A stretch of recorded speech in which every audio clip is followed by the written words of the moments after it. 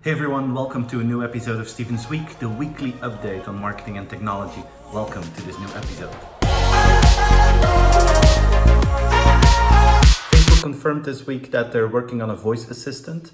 The idea is to integrate it with their hardware products, mainly Oculus at this moment, but they also want to use it for voice-enabled video conferencing and stuff like that. But it's another piece of evidence that people really want to communicate through voice and that the big technology players understand that and that they want to move forward with that. Of course, question is, what will Facebook's role be in this field that is already crowded with Google and Amazon? So now it looks like they're going to focus on their hardware products, but I think they're going to need an overall voice strategy to make sure that people don't switch to voice-enabled platforms delivered by Google and Amazon. So this is another move, and I think this is something that shows that every company in the world should now start to think about their own voice strategy and see how they can help customers and improve customers' life through voice.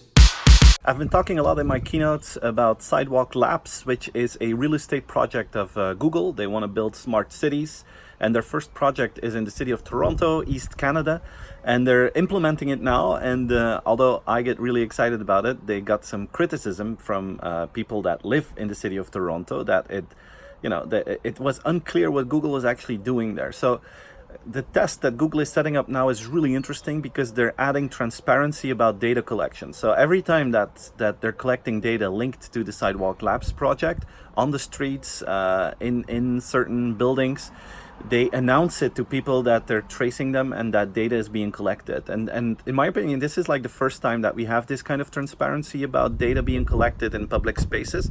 So I'm very curious to see how people and citizens will react to that, and if they will change their behavior or if everything will just remain the same. So a very interesting case, and I think we're going to see more and more of that. I think people will ask more transparency both for data and the usage of algorithms. So cool that Google is testing this. There's some news about driverless cars this week. First of all, Uber, which is about to IPO this year.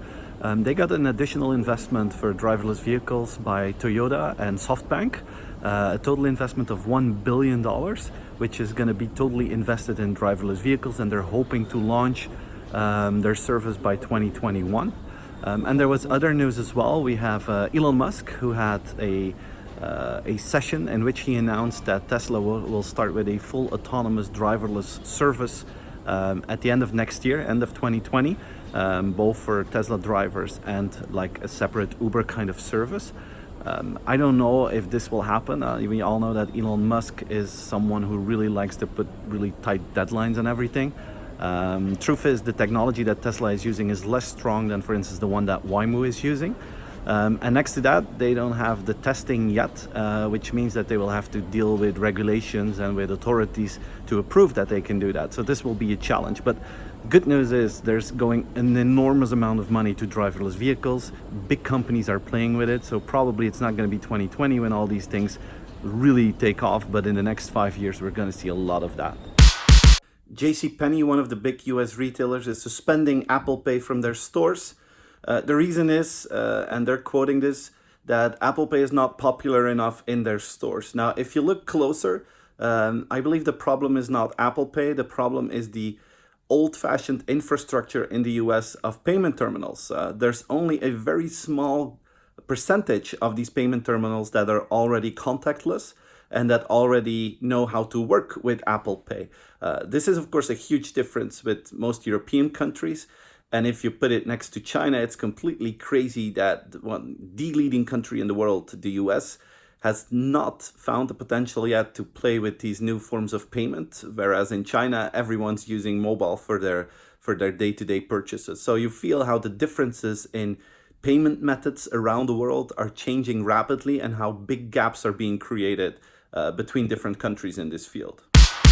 News from Facebook. We all know that Facebook had its issues in terms of PR, but if you look at their results, both in user base and in financials, it is mind-blowing. So this week, Mark Zuckerberg released his new financials. First of all, the user base grew to 2.7 billion people around the world that use their platforms, of which 2.1 billion people use them every day. And the sales results are higher than any analyst prediction. They're now higher than $15 billion per quarter.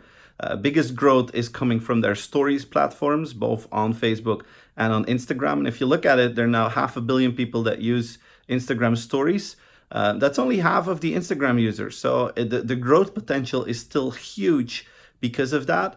And now Facebook wants to grow that potential. And they're saying that Instagram and Facebook are like the town halls and the marketplaces in villages and cities.